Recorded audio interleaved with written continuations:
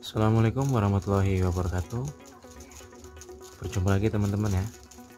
Pada kesempatan video kali ini saya akan membahas kapan sih kelinci bisa dikawinkan setelah melahirkan ya. Jadi banyak pertanyaan yang teman-teman tanyakan kepada saya tentang kapan waktu kelinci bisa dikawinkan setelah melahirkan.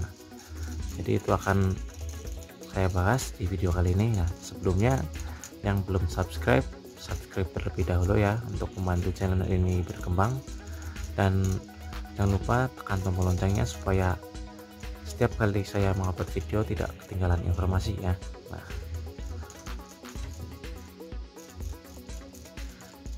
Nah, kita lanjut ke pembahasan ya.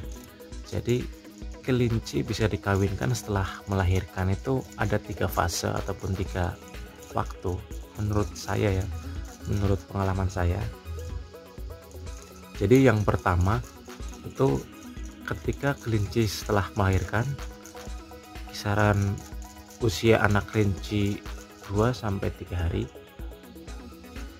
Terus yang kedua itu usia anak kelinci 14 hari ya. Jadi setelah melahirkan itu usia anak kelinci 14 hari indukan bisa dikawinkan. Terus lagi satu yang terakhir itu usia setelah sapih. Jadi 3 waktu itu, dari yang pertama dulu yang indukan setelah melahirkan ya. Jadi usia anak kelinci 2-3 hari itu indukan sudah bisa dikawinkan lagi, tapi ada caranya atau ada faktor pendukungnya. Misalkan kayak kita mengawinkan indukan kelinci ketika indukan kelinci itu melahirkan anakan yang sedikit ya, sekitar di bawah 4, 3, 2 ataupun 1 ya, itu bisa dikawinkan setelah melahirkan. Itu karena apa? Alasannya biasanya itu karena anak sedikit itu indukan tidak terlalu payah untuk merawat ataupun menyusuinya ya. Jadi ketika kita mengawinkan indukannya lagi itu tidak masalah dan tidak terpengaruh ke indukan. Nah, jadi ketika anakan sapih, indukan juga siap melahirkan. Itu berlaku untuk anakan yang sedikit ya, kisaran 4 ke bawah gitu. Jadi setelah melahirkan 2 hari atau 3 hari setelah melahirkan itu bisa dikawinkan lagi. Dan untuk fase yang kedua ya, atau istilahnya itu birahi yang kedua, itu kisaran usia 2 minggu setelah melahirkan. Jadi antara hari ke-14, 15, 16 itu bisa dikawinkan, dengan catatan juga hampir sama dengan yang pertama ya. Jadi anakannya itu berkisar sekitar 6-7 gitu ya, 6-7 ekor ataupun 5-6-7 ekor itu bisa dikawinkan di usia 14 hari ataupun 2 minggu. Tapi kita juga harus melihat kondisi induk dan anakannya. Kalau indukannya itu kurus ataupun payah merawat anaknya itu jangan dikawinkan, karena itu akan merusak indukannya ya, kasihan. Terus juga bisa mengakibatkan anakannya itu tidak tumbuh dengan maksimal, karena pas perawatan anakannya itu tidak maksimal juga ya. Jadi kita mengawinkan yang di tahap 2 itu melihat anakannya itu ketika disusui itu benar-benar maksimal atau tidak gitu. Jadi bisa dilihat dari posturnya. Usia 14 hari itu biasanya posturnya udah terlihat ya. Kalau dari anakannya itu terlihat bagus ya, posturnya bagus, terus gemuk, badannya lebar, itu termasuknya bisa dikawinkan. Tapi kalau posturnya kecil-kecil, pertumbuhannya kurang, itu jangan dikawinkan ya. Itu biar fokus indukannya merawat anaknya saja gitu. Itu untuk tahap keduanya ya. Jadi antara usia 14 hari sampai 16 hari gitu. Dan untuk yang ketiga ataupun yang biasa saya lakukan ya, biasanya saya melakukan perkawinan itu setelah lepas sapih. Itu yang paling sering saya lakukan karena untuk menjaga indukan itu tidak rusak gitu. Jadi kita cari aman saja biar indukan yang di kandang itu kayak masa produktifnya itu panjang gitu. Jadi tidak sering gonta-ganti indukan ya. Nah, itu setelah lepas sapi. Biasanya saya lepas sapi itu umur 35 hari. Jadi saya rawat anakannya di kandang terpisah dan saya juga merawat indukannya ya, untuk mempersiapkan perkawinan selanjutnya. Jadi biasanya ya, kalau setelah lepas sapi, indukan saya rawat antara 5 harian. Nah, jadi dari hari kedua sampai hari kelima itu biasanya sudah siap sapi, tapi sambil saya rawat. Karena biasanya kalau indukan setelah lepas sapi kan agak cenderung kurus ya, karena setelah merawat anaknya.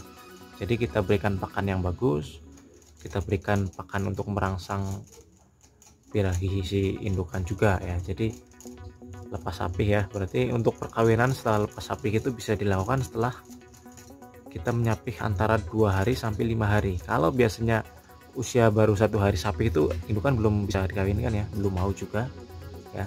Tapi juga bisa dirangsang dengan ada obat ya, ada obat perangsang. Cuma saya tidak menggunakan obat perangsang, saya menggunakannya obat alami ya, racikan sendiri ya. Tapi nggak susah obatnya ya. Nanti lain waktu ya, mungkin lain waktu saya berikan videonya. Dan itu ya 3 tahapan. Jangan sampai salah, jangan sampai keliru, karena ketika kita mengawinkan indukan salah waktu itu bisa mengakibatkan indukan itu rusak ataupun anakannya tidak maksimal gitu. Nah, ini kan coba saya kawinkan dulu ya. Nah, ini kita buka dulu kandang bejantannya. Ini sang jantan. Ini sudah mau atau tidak,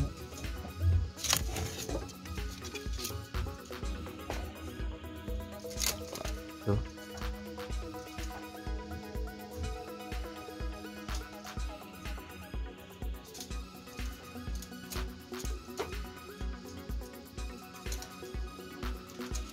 Nah, itu udah terlihat kelincinya itu nungging-nungging ya. Nah, kita coba lihat apakah perkawinan ini berhasil atau tidak ya.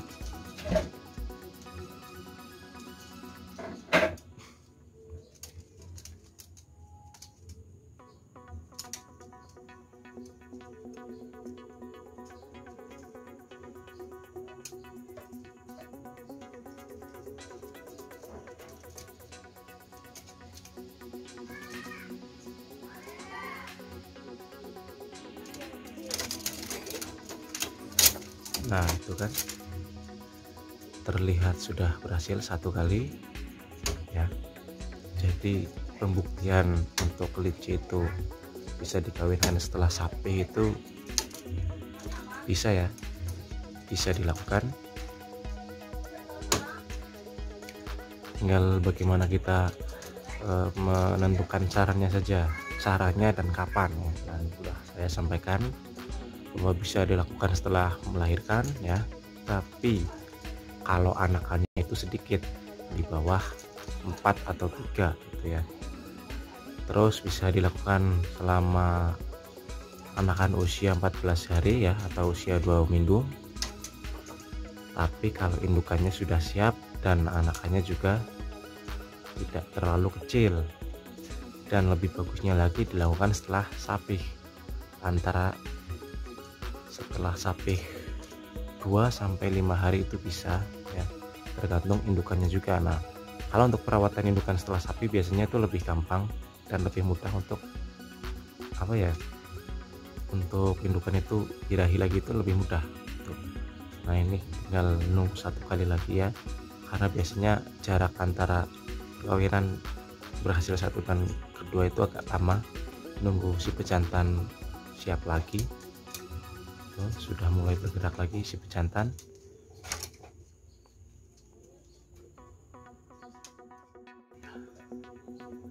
Nah, setelah perkawinan ini kita catat tanggalnya, tanggal perkawinan. Nah, contoh saja misalkan kita gunakan tanggal 1. Nah, misalkan tanggal 1 bulan 1 kita catat, terus tanggal itu catat tanggal perkawinan ya. Terus untuk keduanya lagi itu HPL-nya. berarti tanggal 1 bulan 2 misalkan seperti itu gampangnya.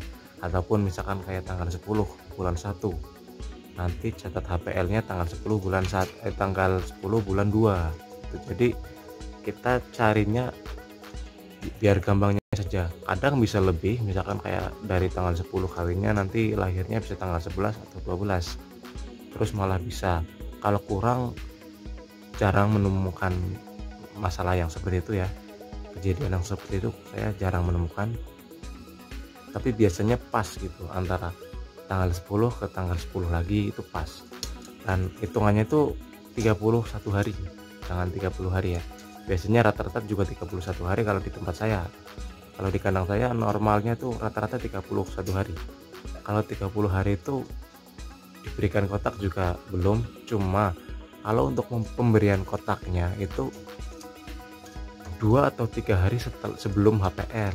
Jadi misalkan HPL-nya tanggal 10, tanggal 7 ataupun tanggal 8-nya kita kasih kotak.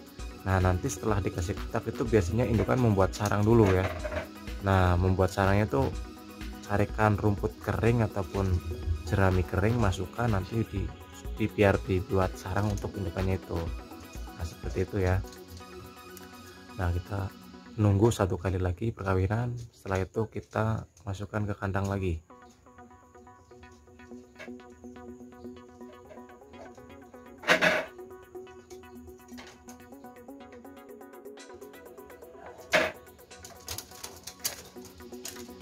Nah, sudah 2 kali perkawinan ya.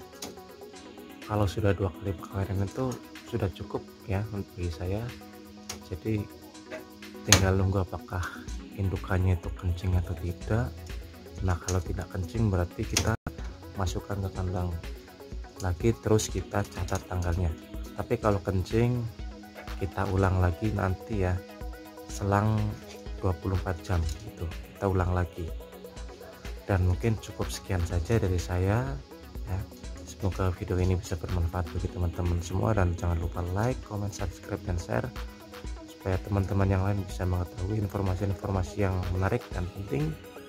Sekian, wassalamualaikum warahmatullahi wabarakatuh.